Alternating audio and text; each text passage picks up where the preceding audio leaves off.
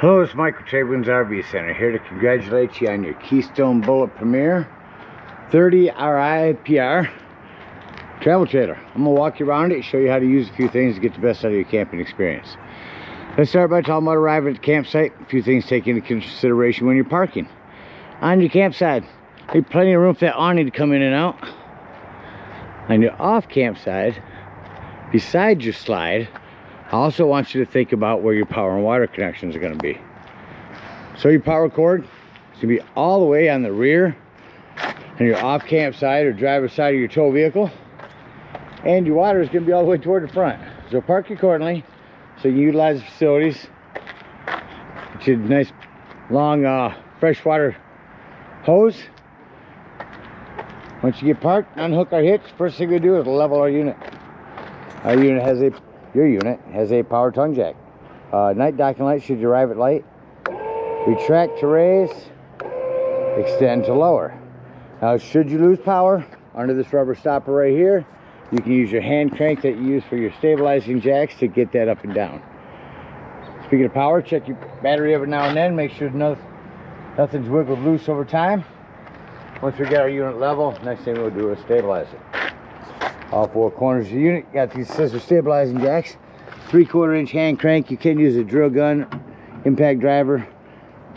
As I run these down, I'm going to recommend stabilizing jack pads. Jack pads are going to protect the feet of your stabilizing jacks from dirt and debris and hot blacktop in the summer. Better distribute the weight. Run these down just until they're taut. Remember, our unit's already level. We just want some resistance on our hand crank, and that's going to stabilize it for us. Get all four of them down on each corner. Got your unit level and stable. We can hook up our power and water. It's a big long 50 amp cord plugs in here on the rear. These are almost all locking now, so this big pistol grip, we'll unwash that. You'll start at about 11 o'clock here, turn that to noon, lock your washer on. Green light right there shows you got power. Now at the end of that 50 amp service, should you need in a lot of parks a 30 amp, that'll bring it from 50 down to 30. And if you ever need to plug in a home or anywhere else with a 110, 30 to 15 amp reducer to throw on the end of that. Get your power hooked up, let's do your water. Again, your docking station's way up here in the front.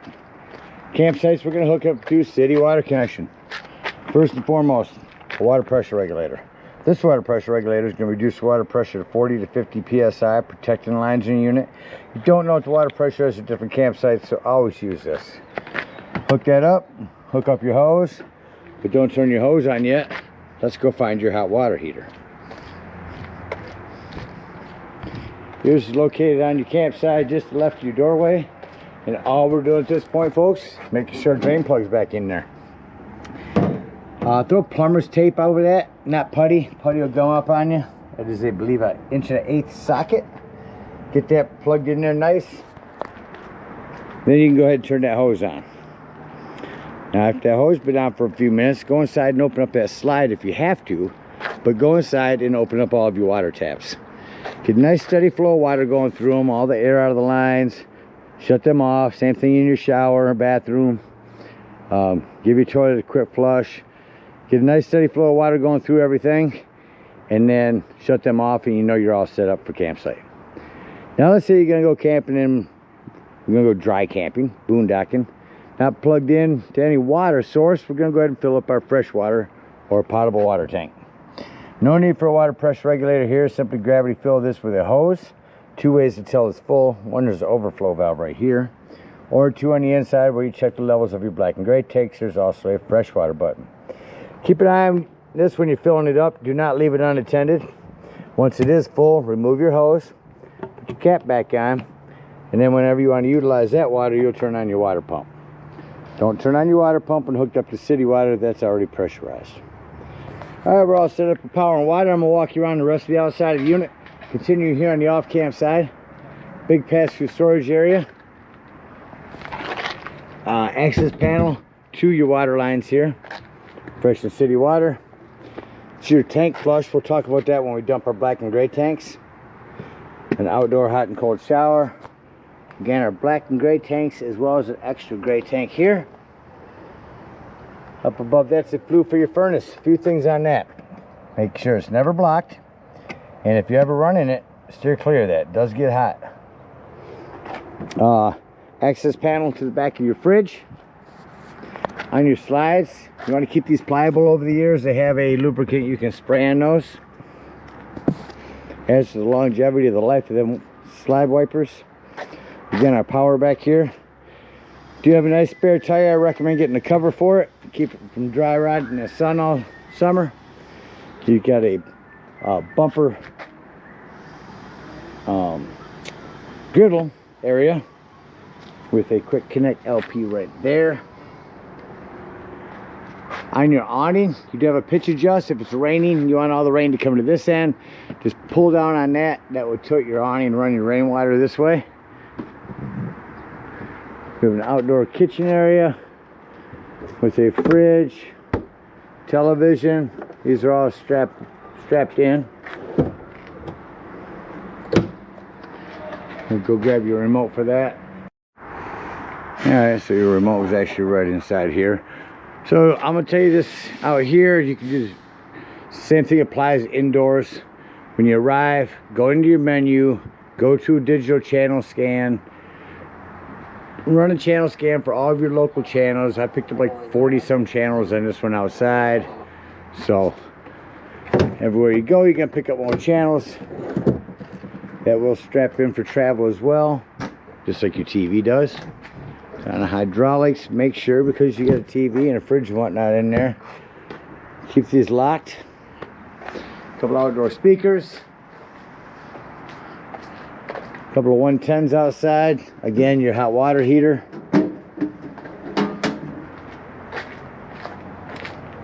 Coming around front here. Other side of your pass-through storage, previous owner hitch work. Your propane is on a regulator. Simply point it toward the tank you wish to be using.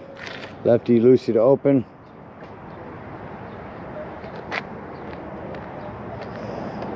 You do have a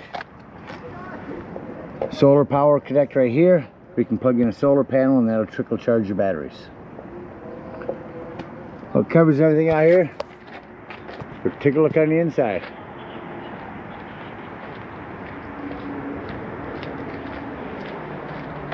So coming up in your unit, first thing I usually point out is the fire extinguisher. Make sure that you and everyone that's camped with you knows the fire extinguisher is located at the entry doorway. Across from that, on the bottom is going to be your 12 volt carbon monoxide propane detector. The reason I mentioned that's 12 volt, always running off your battery. So if you are out dry camping, boondocking somewhere, nothing plugged in charging your battery, use your battery disconnect to keep this running your battery down while you're gone. Continuing up, here's our control panel. So here's where you see your battery, fresh black and gray tanks. Get ready to dump everything here to run your test on them. LP gas, here's where you turn on your water heater for gas, over here for electric. Here's where you turn on your water pump if you're using that potable water. Here's your awning. On your awning, you only want to extend that out until you can see your flap.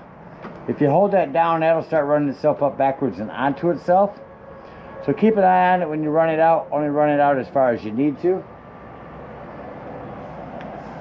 Go ahead and run that back in. As I do, I'll show you. On the right is going to be your slide controls, ceiling light, porch light, which is going to be your awning light, and your other slide control. Put that in here. As your awning comes in, go ahead and shut the awning light off. And continue the tour by telling you slam locks work best when gently slammed. Thermostat. Let's go straight to turning the air up in here. Oops, I went right past it. Right to AC. 55 with a snowflake. Crank that up.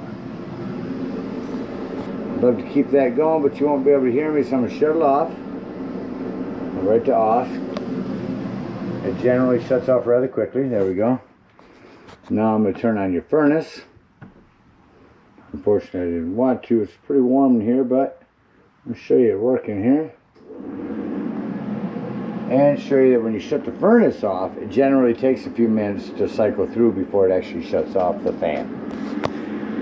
Coming in here above that furnace release is your fridge. Hermetic fridge, turn on here.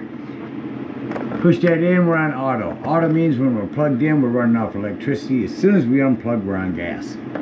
Lift that up, that means we're on gas. If that light starts flashing, check your gas. As you see in your dinette table, your seats do buckle down for travel. Lighting, hand touch lighting here. Looks like we've got what I like to call parachute pull recliners. Grab the parachute handle, pull that up and recline. Grab your remote. Oh, the TV remote's over there. Let's go grab that. Come to the other chair. Turn the TV on.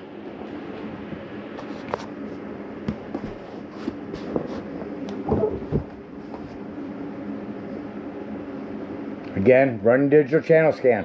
Picked up quite a few in here as well. Strap to hold your TV in. Above that's the sound system. Dual zone stereo. See if we can pick up a channel out here. Do a scan. So here is indoors. Shut one off. Come outside to hear the outdoor speakers.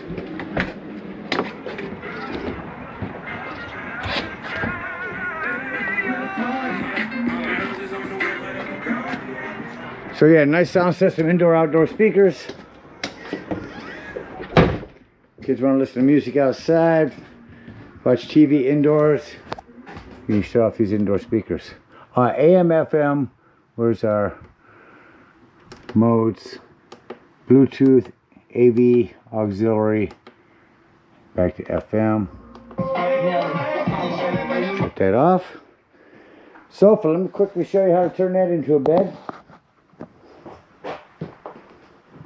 Your back cushions are velcroed on. Let's remove those.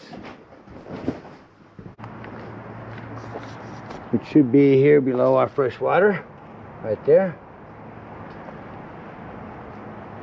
Hook up our hitch and head on to the closest dump station or home, whatever you're in need of. If we are at a campsite, gonna unhook our power, our water, our cable, hook up our hitch and head on up to the dump station. At the dump station, park accordingly. Your black and gray is here. You got a little extra gray tank here for your sink in your island. Got 10-foot hose. Park accordingly and hook it up and pull our black handle there on the left. Now once you pull that, and it shows, sounds like it's no longer draining, go inside, make sure it shows empty, come back out, leave that black handle open, grab the hose at the dump station and come to this tank flush. Don't use unless your termination valve is in an open position. Hook that hose up with that open, let that run for a good 5 minutes. It's gonna wash all that nastiness out of there. When that's done, remove that hose, make sure all the washout you put in there has drained, close that black, and then pull the gray. Now when that gray's no longer draining, I'm going to close that one, remove our sewage hose, and hook up to this other gray tank and pull this single handle. Now directly over on the other side, you'll see low point drains. So just go over to your campsite and open up those. If we're done camping for the season, we need to go over there anyway. If we're done camping for the season, you don't want to leave stagnant water in your hot water heater. Get in here, lift up on this pressure release valve. Now be careful, it's going to dump hot water out of there. When that's done, close that, then you can pull your drain plug for the residual hot water.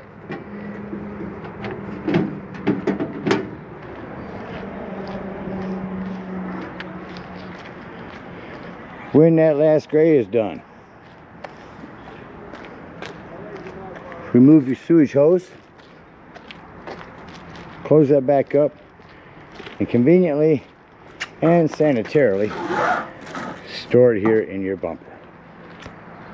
Again, we thank you guys so much for your purchase. Hope you enjoy this bullet premiere for many years to come. Happy camping.